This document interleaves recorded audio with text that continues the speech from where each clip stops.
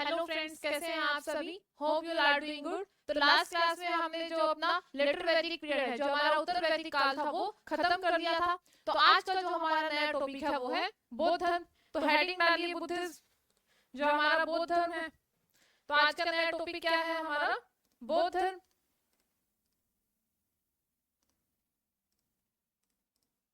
अब जो शब्द है बौद्ध, जो बौद्ध धर्म में शब्द है बौद्ध, इसका अर्थ क्या है? तो अगर बौद्ध की बात करें तो जो बौद्ध है ये किससे निकला है? ये जो बौद्ध शब्द है ये निकला है बुद्ध से। और बुद्ध का जो अर्थ है, अगर बुद्ध के अर्थ की बात करें तो इसका अर्थ क्या है? ज्ञान। अब जो बुद्ध है जिसका अर्थ है ज्ञान, ये किसको मिला है? जो ज्ञान है ये किसको मिला? तो अगर बात करें कि ये किसको मिला,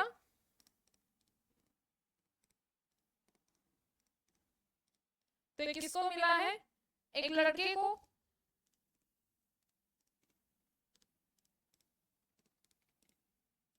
अब जिसको ये ज्ञान मिला है, जो ये लड़का है, ये कौन है? अब जिसको ज्ञान मिला है ये कौन है? सिद्धार्थ। अब अगर बात करें कि सिद्धार्थ कौन है, जिसको ज्ञान मिला है, जो बुद्ध बना, ये सिद्धार्थ, ये कौन है? तो जो हमारा कपिल वस्तु का राजा था, राजा जो शाक्य क्षत्रिय राजा था सुद्धोधन, और जो हमारी कोल्य गणराज्य की राजकुमारी महामाया थी, इन दोनों के पुत्र थे हमारे सिद्धार्थ। तो लिखिए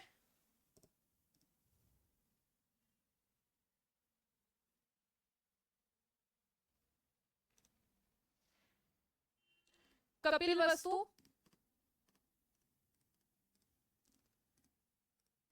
के शाक्य क्षत्रिय सुद्धोधन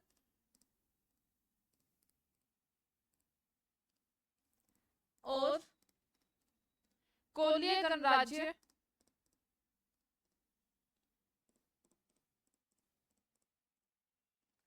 की राजकुमारी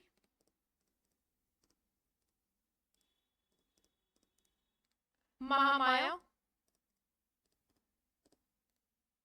इन्हीं के पुत्र कौन थे? सिद्धार्थ। तो इनके पुत्र कौन थे? सिद्धार्थ। अब अगर बात करें जो कपिल वस्तु के शाक्य क्षत्रिय राजा थे सुद्धोधन, इनका गोत्र क्या था? जो सुद्धोधन थे इनका गोत्र क्या था? अगर गोत्र की बात करें तो इनका गोत्र क्या था? गौतम। इसीलिए आगे चल के जब सिद्धार्थ को ज्ञान मिलेगा, जब वो बुद्ध बनेंगे, तो क्या कहलाएंगे? गौतम बुद्ध। क्यों? क्योंकि इनका गोत्र क्या था? गौतम। तो अब जो सिद्धार्थ के जन्म की कहानी है, अगर सिद्धार्थ के जन्म की कहानी की बात करें तो ये हमें कहां से मिलती है? तो जो हमारा मध्यम निकाय है, जो एक बौद्ध ग्रंथ है, उसमें हमें सिद्धार्थ के जन्म की कहानी मिलती है। तो फर्स्ट पॉइंट क्या आ जाएगा?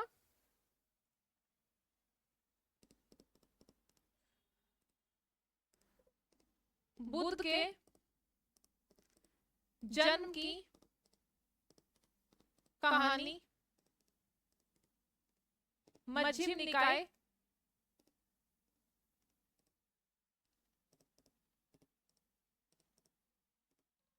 से मिलती है।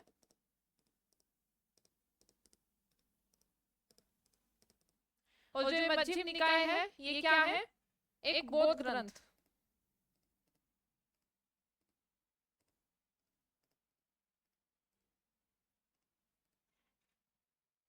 लिख लिया यहाँ तक? तो अगर सिद्धार्थ के जन्म की बात करें तो कहानी कुछ इस प्रकार है। जो सिद्धार्थ है ये किसके बेटे हैं? जो हमारे सुद्धोधन राजा है और महामाया, इनके बेटे हैं। तो एक दिन जो महामाया थी उनको एक सपना आता है कि उनके पेट में एक सफेद हाथी ने जो है, जो उनका गर्भ है उसमें सफेद हाथी ने प्रवेश कर लिया। अब वो डर गई। तो जब वो डर गई तो उन्होंने ये बात किसको बताई? अपने पति जो राजा सुद्धोधन था उसको बताई। अब सुद्धोधन ने क्या किया? विद्वानों को बुलाया अब उसने विद्वानों को बताया कि ऐसे ऐसे महामाया ने एक स्वप्न देखा है जिसमें उसके गर्भ में एक सफेद जो सफेद हाथी था उसने प्रवेश किया है। तो इसका क्या मतलब है, क्या अर्थ है इसका? तो जो विद्वान है वो बताते हैं कि ये गर्भ में बुद्ध के प्रवेश का प्रतीक है। बहुत ही तेजस्वी और तपस्वी बालक जो है जन्म लेने वाला है। तो अब तक जो ये था, ये महामाया ने स्वप्न देखा था। अब महामाया क्या हो गई, गर्भवती। काफी समय बीत गया और अभी तक भी बच्चे का जन्म नहीं हुआ। तो जो महामाया है वो चिंतित हो गई, परेशान हो गई। अब परेशान होकर वो किसके पास गई, सुद्धोधन के पास। अब उसने वहां जाकर कहा कि मैं अपने मायके जाना चाहती हूँ। तो सुद्धोधन ने कहा कि ठीक है, अगर आप जाना चाहती है तो जाइए। अब महामाया अपने मायके के लिए निकल गई। तो रास्ते में नेपाल की खाड़ी में एक जगह है रुमिनदेई, जिसको लुम्बिनी कहते हैं। तो वहां पर महामाया ने एक बालक को जन्म दिया जिसे क्या कहा गया, सिद्धार्थ। तो ऐसे रुमिनदेई जो लुम्बिनी है, लुम्बिनी में सिद्धार्थ का जन्म हुआ। लिख लिया यहाँ तक, लिखिए। रास्ते में रुमिनदेई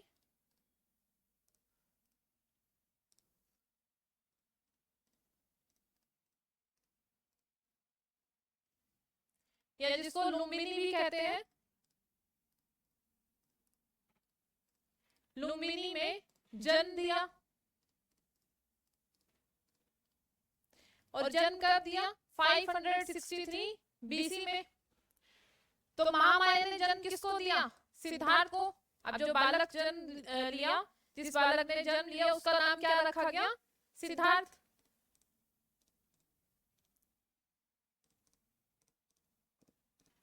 अब जन्म देने के बाद जो महामाया है वो वापस आती है। तो वापस आने के 7 दिन के भीतर जो है महामाया की मृत्यु हो जाती है। तो लिखे, वापस आने के 7 दिन के भीतर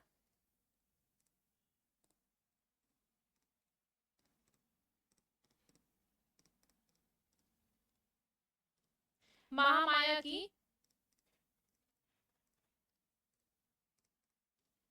मृत्यु हो गई।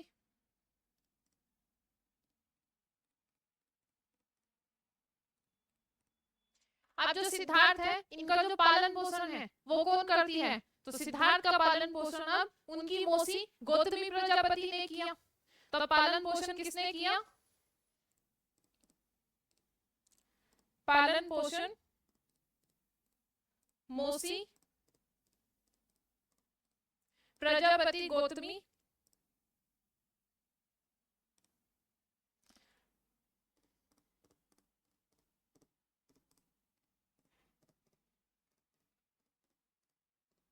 ने किया।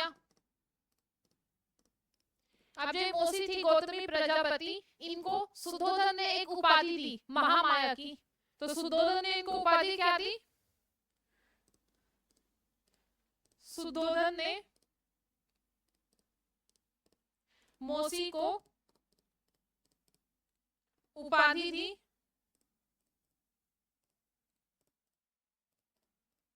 महामाया की। तो इस प्रकार जो प्रजापति थी, जो गौतमी प्रजापति मौसी थी, उनका पूरा नाम क्या हुआ, महामाया गौतमी प्रजापति। तो मौसी का पूरा नाम क्या बना,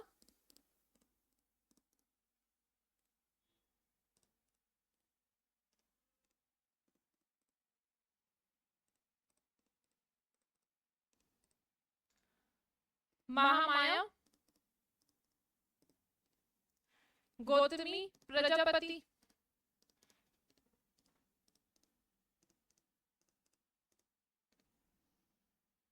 तो ये तो थी गौतम बुद्ध के जन्म की कहानी।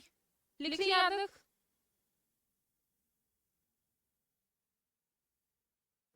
लिखिए इसको जल्दी।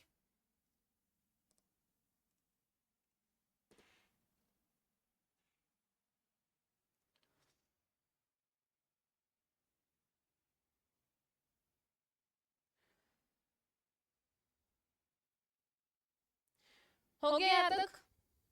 तो अब अगर आगे आगे कहानी की बात करें तो सिद्धार्थ बचपन में बहुत शांत रहते थे। तो आगे लिखिए, बचपन में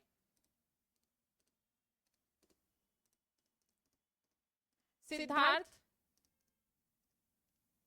बहुत शांत रहते थे।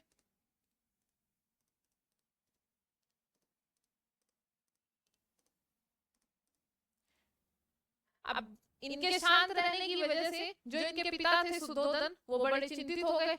अब वो परेशान रहने लगे, तो उन्होंने विद्वानों को बुलाया।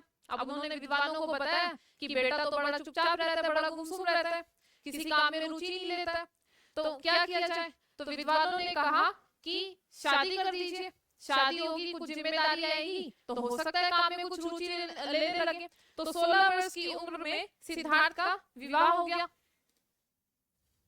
16 वर्ष की उम्र में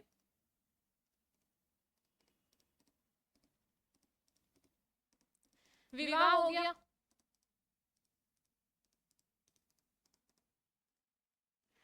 और विवाह किससे हुआ?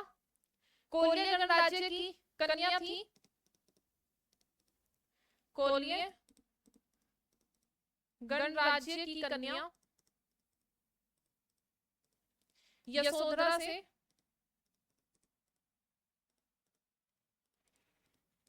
विवाह हुआ।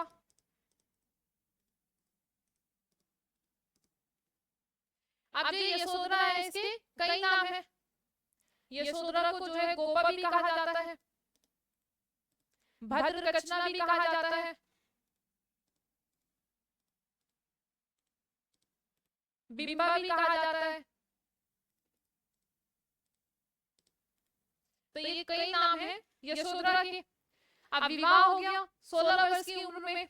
अब जो है इनको एक बच्चा भी हो गया। तो जो सिद्धार्थ का बेटा हुआ उसका क्या नाम था? अब इनको एक बेटा हुआ, राहुल। अब कुछ दिन बाद जो है सिद्धार्थ फिर गुमसुम रहने लगे, फिर चुपचाप रहने लगे, फिर से दोबारा से जो है उनकी काम में से रुचि खत्म हो गई। अब जो उनके पिता थे वो फिर परेशान कि बेटे की तो दोबारा से काम में से जो है मन हट गया। तो उन्होंने दोबारा से विद्वानों को बुलाया और कहा कि बेटा तो फिर शांत रहने लगा, क्या किया जाए। अब जो विद्वान है वो कहते हैं कि कुछ तो करिए कि दोबारा काम में मन लगे, शादी हुए भी काफी टाइम हो गया है, जिम्मेदारियां भी काफी आ गई है, तो कुछ करिए कि दोबारा काम में मन लगे। तो जो सुद्धोधन थे उन्होंने महल में एक आयोजन किया। अब आयोजन में नृत्य, संगीत वगैरह सब कुछ था। अब उसमें सुद्धोधन भी थे और जो हमारे सिद्धार्थ थे ये भी थे। तो जो कार्यक्रम था वो चल रहा था। तो जो सिद्धार्थ थे वो बीच में कार्यक्रम को छोड़ के अपने शयन कक्ष में जो उनका कमरा था उसमें जाकर सो जाते हैं। अब रात में उनकी आंख खुलती है तो सोचते हैं कि क्यों ना जाके जो कार्यक्रम चल रहा था वो देखा जाए। उसको बीच में छोड़ के वो आ गए थे। अब वो दोबारा से जब कार्यक्रम देखने गए तो देखते हैं कि वहां पे जो कार्यक्रम चल रहा था अब कुछ भी नहीं है, सब चीजें जो है अस्त व्यस्त सब बिखरी हुई है। तो उस सब चीजों को देखकर उनके मुख से निकलता है कि कुछ भी स्थिर नहीं है, सब कुछ परिवर्तनशील है, एवरीथिंग इज ट्रांजिएंट। तो वो सब दृश्य देखकर जो गौतम बुद्ध थे, जो सिद्धार्थ थे, उनके मुख से क्या निकला? एवरीथिंग इज ट्रांजिएंट, मतलब कुछ भी स्थिर नहीं है, सब कुछ परिवर्तनशील है। अब वो वापस अपने कमरे में गए, अपने बेटे राहुल को देखते हैं और उसके बाद जो है वो घर छोड़कर चले जाते हैं। तो घर कब छोड़ा? 28 वर्ष की आयु में। तो 28 वर्ष की आयु में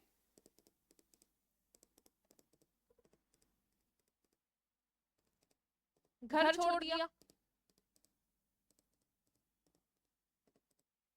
जिसको क्या कहा गया?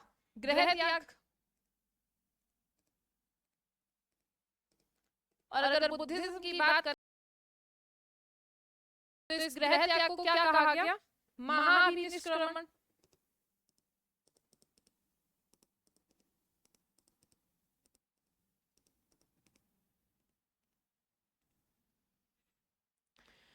तो अब 28 वर्ष की उम्र में सिद्धार्थ ने गृह छोड़ दिया, घर त्याग कर दिया और इस घटना को क्या कहा गया? महाभिनिष्क्रमण। तो जब सिद्धार्थ ने घर छोड़ा तो घर छोड़ने के बाद जो घर से बाहर गए तो उन्होंने 4 घटना देखी, 4 दृश्य देखे।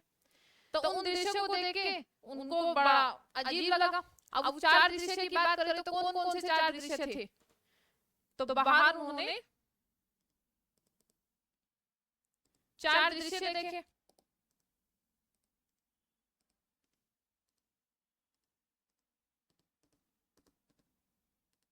और चार दृश्य कौन कौन से? तो पहला, एक बूढ़ा व्यक्ति,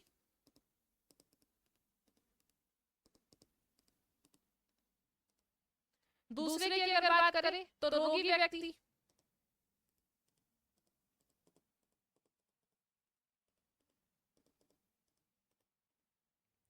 तीसरा उन्होंने मृत शरीर,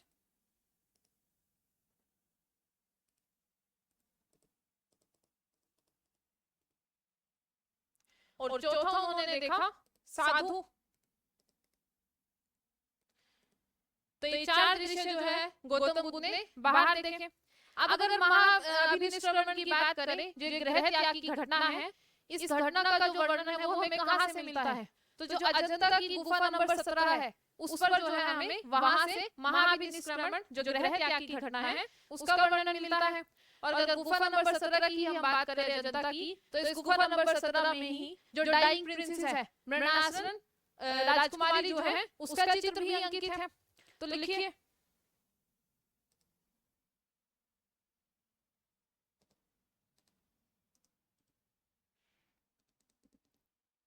अजंता की, या इसको लिखिए ग्रह त्याग की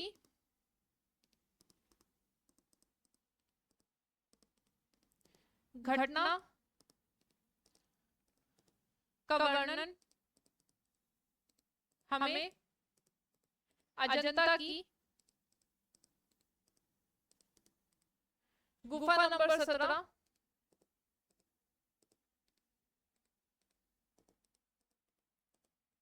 से मिलता है।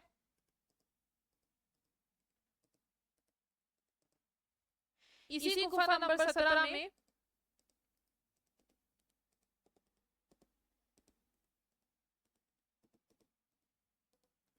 मृणासन राजकुमारी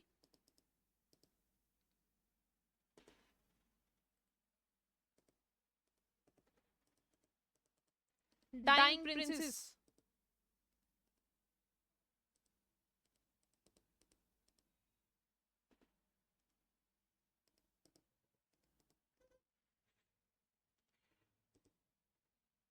का चित्र अंकित है।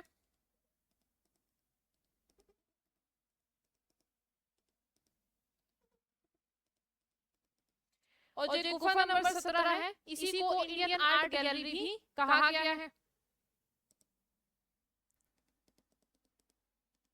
गुफा नंबर 17 को ही इंडियन आर्ट गैलरी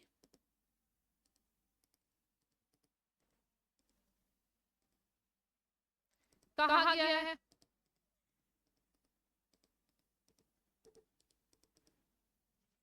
लिखिए इसको,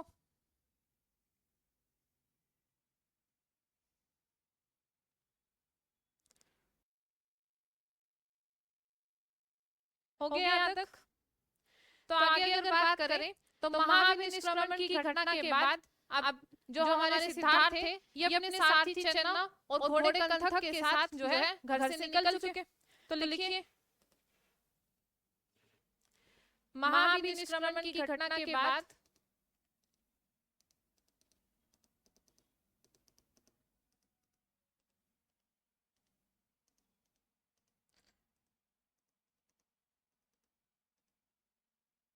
सारथी चेन्ना और घोड़े कंथक के साथ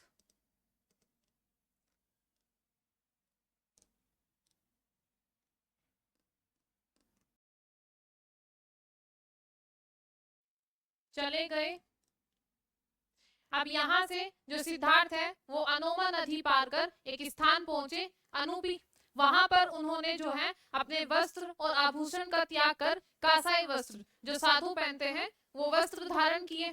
तो लिखिए अनोमा नदी पार कर अनूपी पहुंचे।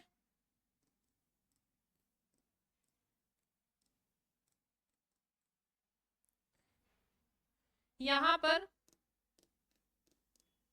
वस्त्र और आभूषण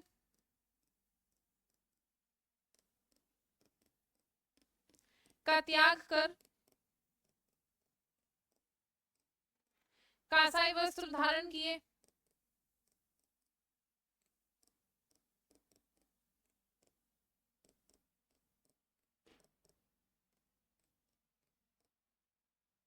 अब यहां पर जो है सिद्धार्थ ने 7 दिन तक तपस्या की। यहां पर 7 दिन तक तपस्या की और फिर राजगृह आ गए।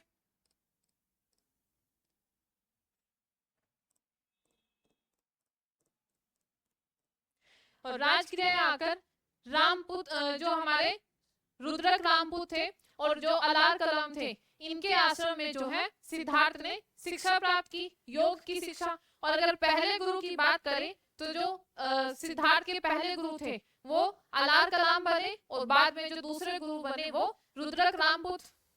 तो लिखिए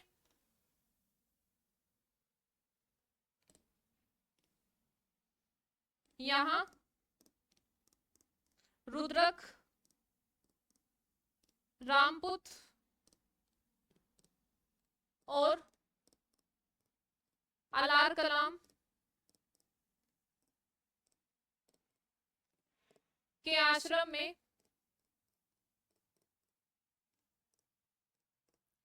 योग शिक्षा ली।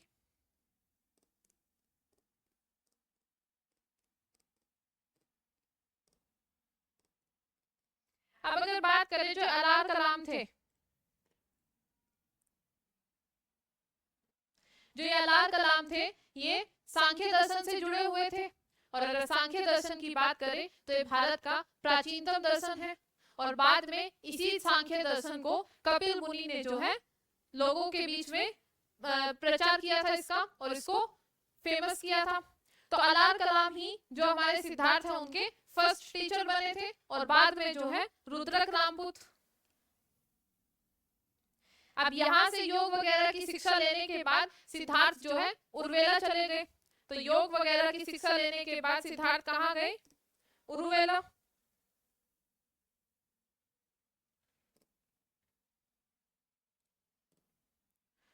अब योग वगैरह की शिक्षा लेकर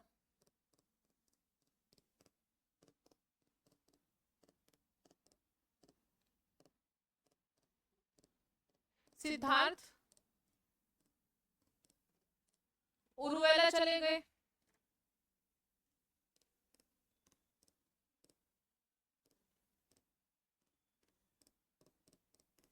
लिखिए इसको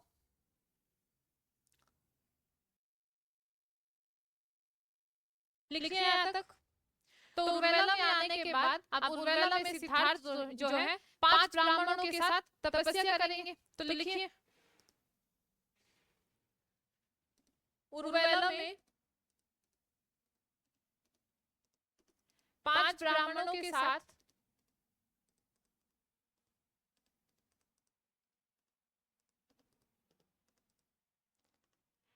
तपस्या की।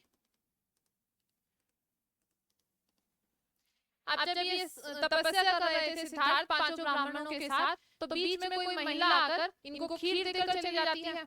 अब सिद्धार्थ वो खीर खा लेते हैं। तो उनके खीर खाने के कारण जो 5 ब्राह्मण थे ये सिद्धार्थ से गुस्सा हो गए और कहने लगे कि तुम यहाँ तपस्या करने आए हो या खीर पूरी खाने आए हो।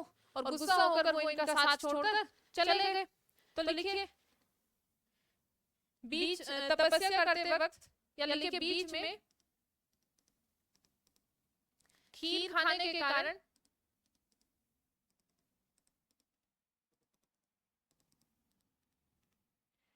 5 ब्राह्मण 7 छोड़ देते हैं।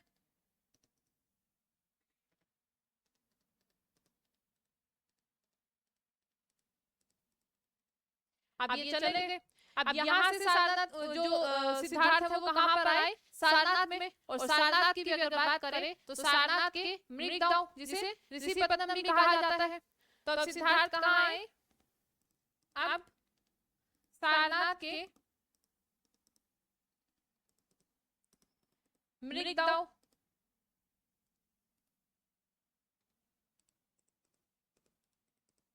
या ऋषिपत्तनम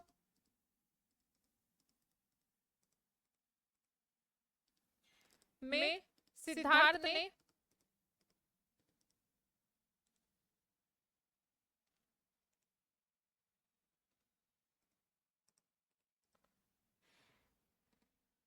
तपस्या की। अब इसके परिणाम स्वरूप क्या हुआ? तो तपस्या करने के बाद वैशाख पूर्णिमा के दिन कौन सा था? वैशाख पूर्णिमा का। वैशाख पूर्णिमा के दिन पीपल के वृक्ष के नीचे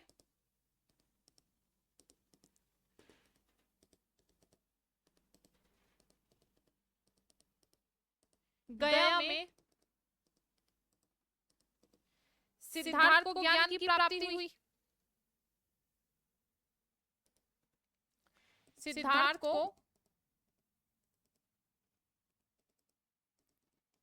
ज्ञान की प्राप्ति हुई।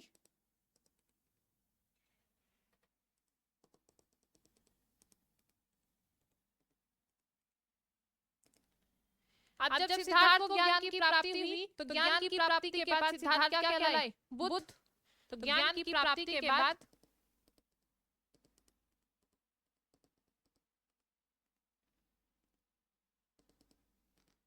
बुद्ध कहलाए।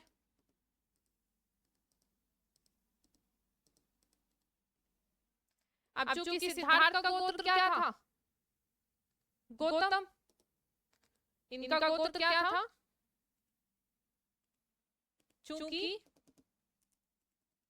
गोत्र गौतम था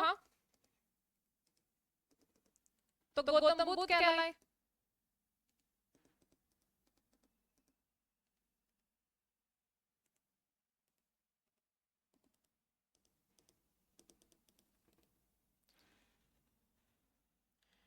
और जो पीपल का वृक्ष था, पीपल का वृक्ष बोधि वृक्ष कहलाया।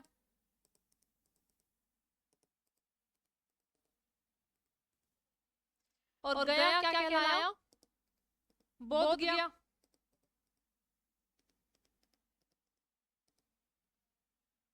तो इस प्रकार जो ये ज्ञान प्राप्ति की घटना थी, जो ज्ञान प्राप्ति की घटना थी, ये क्या कहलाई? निर्वाण। और इसी को हम क्या कहते हैं? एनलाइटमेंट।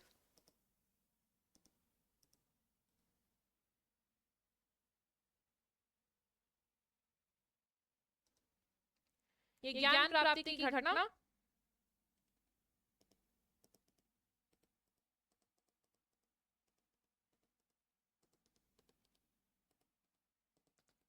निर्वाण कहलाई।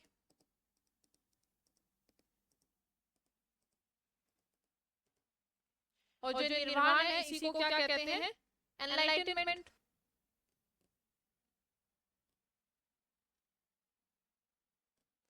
तो ये कहानी थी गौतम बुद्ध की ज्ञान प्राप्ति तक। लिखिए इसको, लिख लिया यहाँ तक। आज इतना ही रखते हैं, बाकी का हम जो है कल की क्लास में कंटिन्यू करेंगे। उम्मीद है आज की क्लास में कुछ नया सीखने को मिला होगा। आज की क्लास आप लोगों को इंटरेस्टिंग लगी होगी। अगर आप लोगों को मेरे साथ क्लासेस कंटिन्यू करनी है तो हम लोग ये क्लासेस जो है यूट्यूब प्लेटफॉर्म से कंटिन्यू कर रहे हैं। यूट्यूब पे जो हमारा चैनल है @GS by अनुष्का चौधरी, अगर आप लोगों को हमारे साथ कंटिन्यू करनी है क्लासेस तो इस चैनल को जाके सब्सक्राइब कीजिए और हमारे साथ डेली क्लासेस से जुड़िए। Thank you. आज की क्लास इतना ही रखते हैं।